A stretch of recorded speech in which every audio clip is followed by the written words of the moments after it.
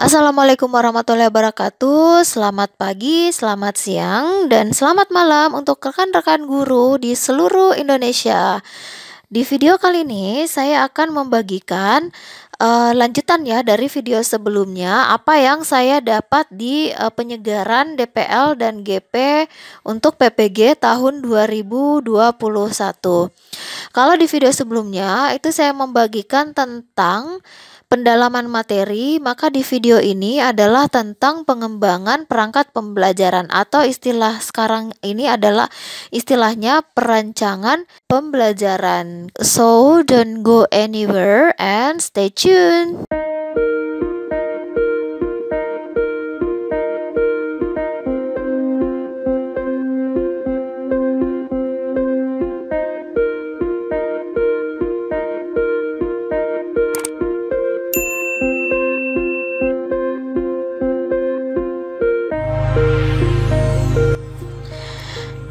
Baik Bapak Ibu Guru, kalau di video sebelumnya saya sudah membagikan tentang pendalaman materi. Maka di video kali ini saya akan membagikan apa yang saya dapat di penyegaran untuk pengembangan perangkat pembelajaran atau perancangan pembelajaran. Oke, ini outline-nya. Lalu untuk tahapan penyelenggaraan PPG dalam jabatan 2021 ini sudah saya bagikan juga ya di video sebelumnya. Nah, ini ada rangkuman perbedaan pengembangan perangkat pembelajaran PPG Daljab tahun kemarin ya, tahun 2020 dengan tahun 2021. Yang pertama, untuk nama aktivitas di PPG Daljab 2020 itu namanya pengembangan perangkat pembelajaran. Sementara di PPG Daljab 2021 aktivitasnya dinamai dengan perancangan pembelajaran. Jadi sedikit berbeda ya. Untuk durasi waktu, kalau di tahun kemarin itu 20 hari efektif. Sementara di tahun ini agak sedikit berkurang, yaitu 13 hari efektif.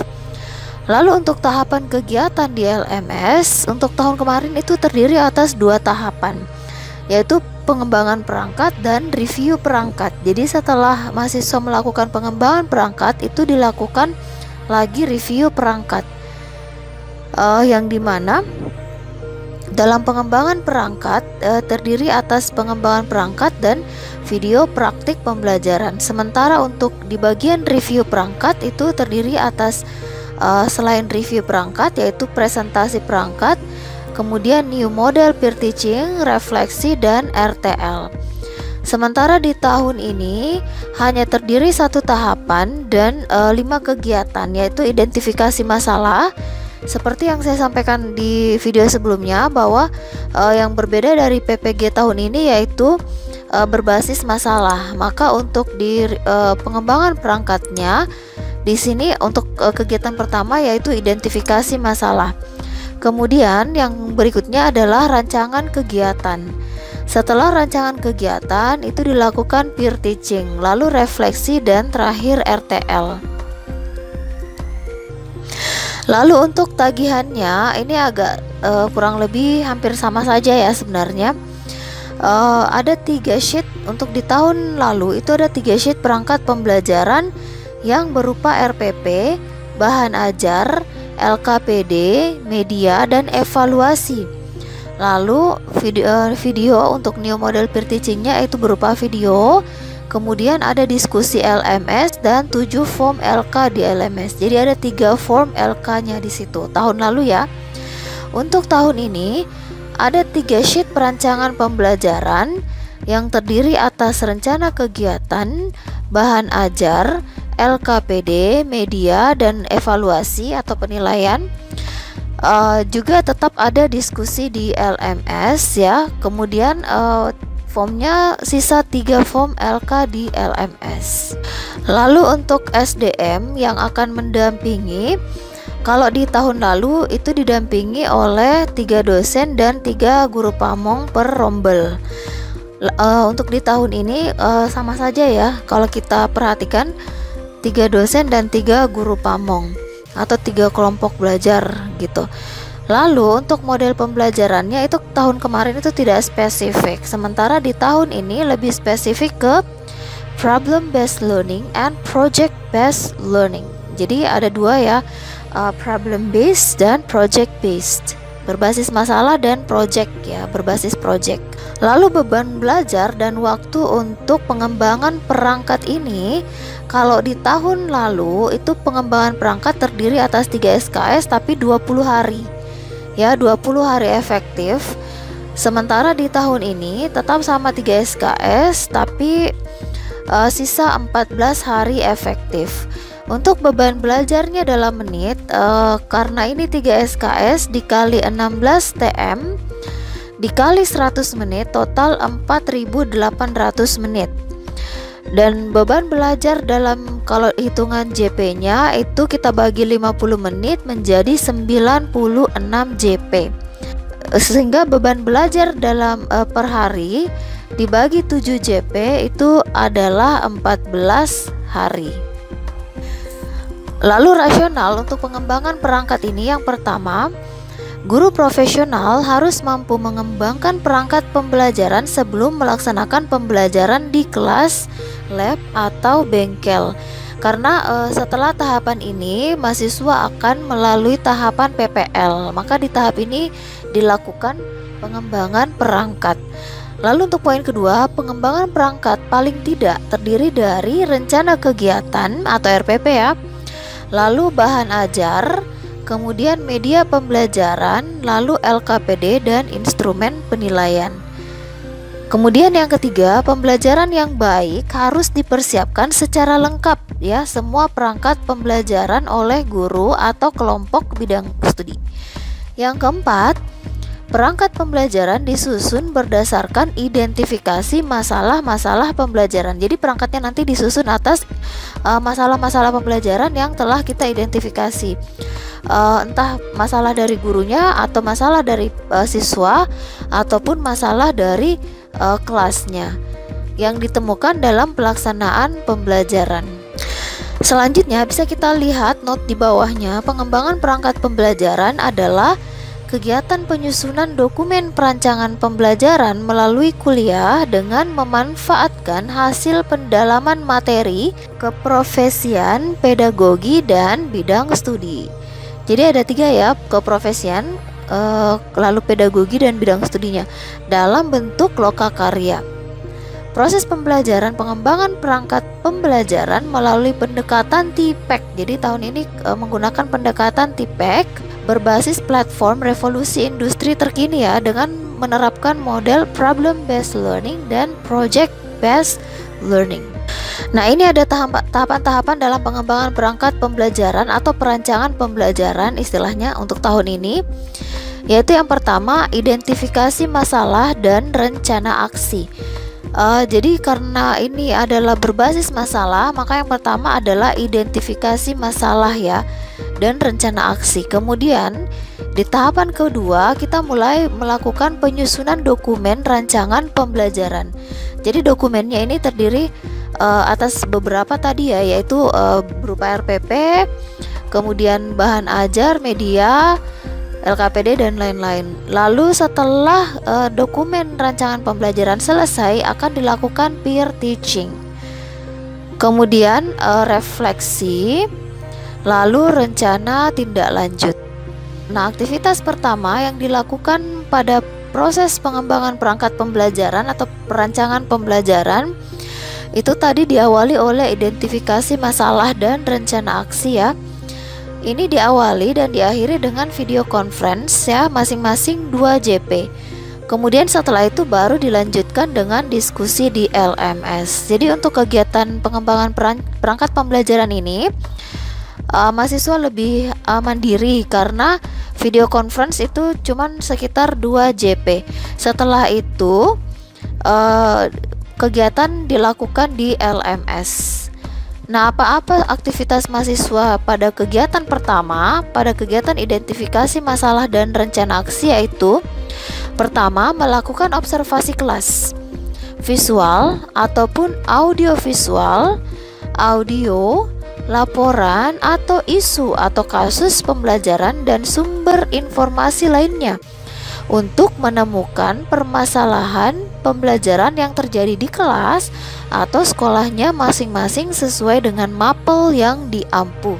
Lalu yang kedua, melakukan analisis kompetensi atau capaian pembelajaran mata pelajaran yang akan diampu untuk menemukan permasalahan dalam pencapaian kompetensi pembelajaran. Kemudian yang ketiga, berdiskusi, berkonsultasi atau studi referensi untuk mengidentifikasi faktor-faktor penyebab permasalahan dan kaitannya dengan capaian pembelajaran.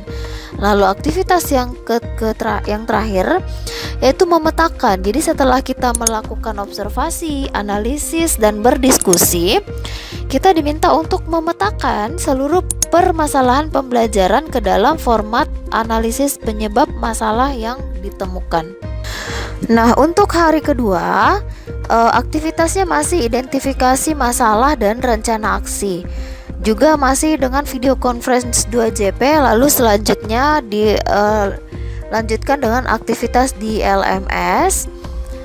Tapi ini lanjutan dari hari pertama. Kalau hari pertama terakhir kita sudah memetakan, maka di hari kedua ini kita akan melakukan pencarian informasi, desain, gagasan, metode, bahan kajian, alat atau sumber-sumber lainnya yang diperlukan untuk mendukung solusi dari permasalahan yang ditemukan. Jadi kita mencari informasi di sini. Kemudian tetap ada diskusi ya mahasiswa dengan mahasiswa lainnya yang dipandu oleh DPL dan GP untuk mendapatkan pendukung atau bahan kajian sebagai dasar pengambilan keputusan dalam menentukan solusi yang tepat. Lalu aktivitas yang ketiga, setelah mencari informasi dan berdiskusi, kita akan merumuskan alternatif solusi secara komprehensif dengan melibatkan banyak sumber, metode, atau teori lainnya. Nah, untuk di hari ketiga, ini kelanjutannya. Kalau di hari kedua tadi kita sudah merumuskan ya. Nah, di hari ketiga ini kita akan melanjutkan diskusi ya, diskusi secara aktif antar mahasiswa, serta mencari referensi untuk mengidentifikasi beberapa alternatif solusi terhadap permasalahan yang dikaji, kemudian menetapkan solusi hipotetiknya. Kemudian di poin kedua, merumuskan kembali solusi pembelajaran yang akan dijadikan rencana aksi. Jadi kita sudah merumuskan solusi pembelajaran yang akan kita kita akan muat ya di rencana aksi. Kemudian yang ketiga, kita sudah diminta untuk menyelesaikan pengisian format identifikasi masalah pembelajaran, analisis kompetensi, dan alternatif solusi ke dalam LMS. Nah, untuk di hari keempat dan kelima itu sudah pindah pada tahapan menyusun dokumen rancangan pembelajaran. Jadi masih sama, video conference itu 2JP, kemudian dilanjutkan dengan tugas proyek, yaitu menyelesaikan perangkat pembelajaran. Nah, aktivitas mahasiswa di hari keempat dan kelima ini yaitu merancang pembelajaran sesuai dengan masalah dan solusi hipotetik yang telah dirumuskan. Setelah merancang, kita diminta untuk menyusun dokumen rancangan pembelajaran sesuai dengan hasil analisis dan bentuk rencana kegiatan, bahan ajar, LKPD, media, dan instrumen penilaian. Lalu yang ketiga, berdiskusi secara aktif dengan sesama mahasiswa. Dan kemudian terakhir menghasilkan rancangan proyek atau rancangan pembelajaran yang akan diuji cobakan dalam peer teaching.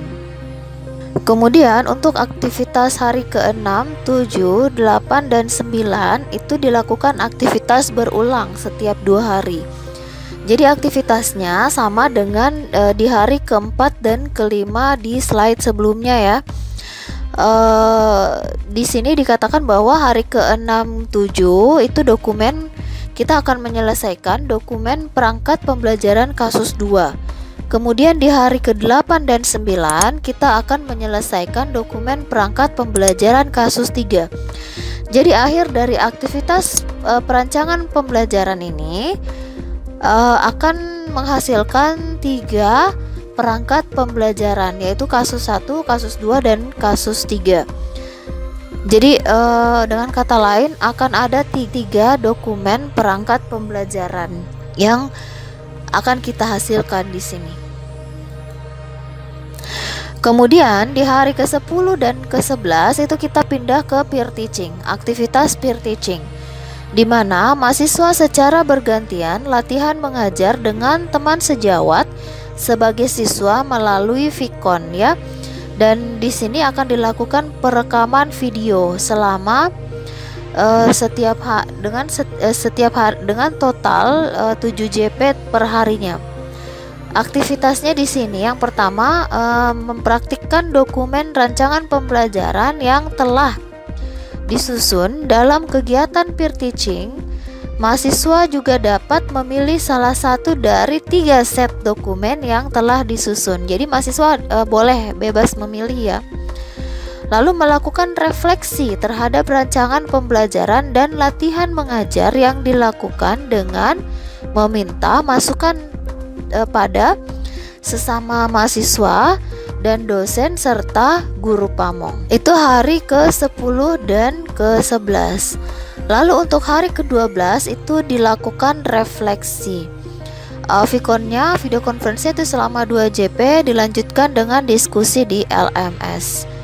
Untuk runtutan aktivitasnya, yang pertama melakukan refleksi terhadap kendala dan hambatan baik dalam observasi, identifikasi, rancangan pembelajaran, dan pelaksanaan peer teaching.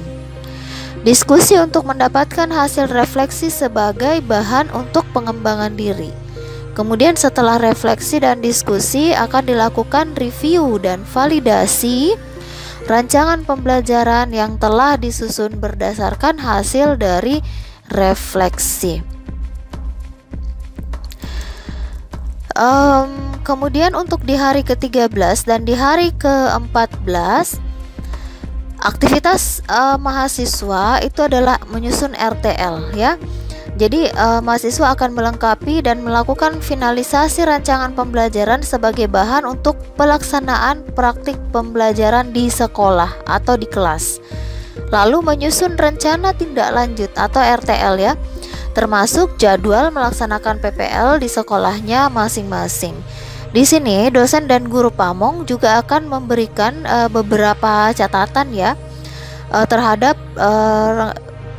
pengembangan perangkat pembelajaran yang telah dihasilkan oleh mahasiswa serta memantau tagihan yang harus dilengkapi di LMS. Oke, ini untuk kebutuhan dosen dan guru pamong, di mana satu rombel ya. Satu rombel itu akan dibagi menjadi 3 kelompok. Kalau tadi saya dikatakan bahwa satu rombel itu ada 3 dosen dan 3 guru pamong, maka untuk setiap kelompok itu akan didampingi oleh 1 orang dosen dan 1 orang guru pamong. Sehingga jumlah dosen untuk satu rombel itu adalah 3 orang dosen dan 3 orang guru pamong. Ini adalah persyaratan dosen dan guru pamong. Saya kira tidak perlu saya sampaikan di sini.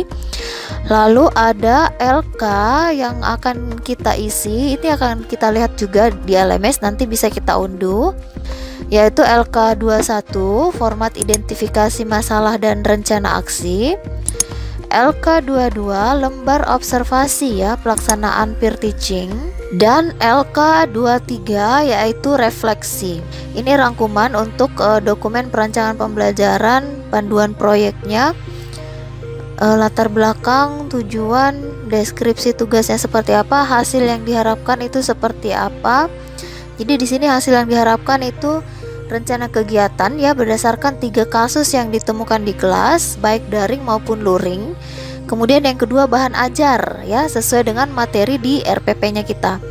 Kemudian selain bahan ajar juga media pembelajaran, lalu LKPD dan instrumen penilaian yang berbasis HOTS.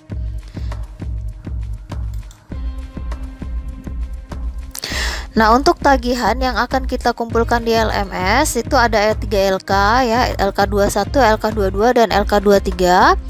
Selain itu kita akan diminta untuk mengupload video hasil rekaman peer teaching. Kemudian selain itu juga tentunya kita akan diminta mengupload dokumen rancangan pembelajaran sebanyak 3 sheet ya yang telah kita buat. Untuk kriteria dan rubrik penilaian pengembangan perangkat itu terdiri atas 2, yaitu proses pengembangan dan produknya. Jadi di proses ini kita akan dinilai juga di produk. Kalau untuk di proses yang dinilai adalah keaktifan dan partisipasi ya. Kemudian kejujuran, lalu kedisiplinan, lalu tanggung jawab dan kerjasama. Nilai maksimumnya adalah 100. Kemudian untuk produk perangkat pembelajaran yang dinilai ada 5, yaitu RPP, bahan ajar, media, LKPD, dan instrumen penilaian yang berbasis HOTS. Kemudian untuk di peer teaching ini ada beberapa indikator yang akan dinilai dengan skala 1 sampai 5. Kemudian untuk penilaian komprehensif, setelah proses pengembangan perangkat pembelajaran mahasiswa sebelum memasuki tahapan PPL, maka mahasiswa akan melakukan uji komprehensif. Itu akan dilakukan selama 1 JP yang diuji oleh 2 orang dosen prodi PPG yang keahliannya sesuai. Ada beberapa indikator penilaian ya. Di sini ada 5 indikator penilaian dengan skala 1 sampai 5. Baik Bapak Ibu guru, sekian video berbagi saya untuk PPG 2021 khusus proses pengembangan perangkat pembelajaran. Semoga video ini bermanfaat, dan tentunya jika video ini bermanfaat, jangan lupa like, share, and comments, dan see you on our next video, and bye bye.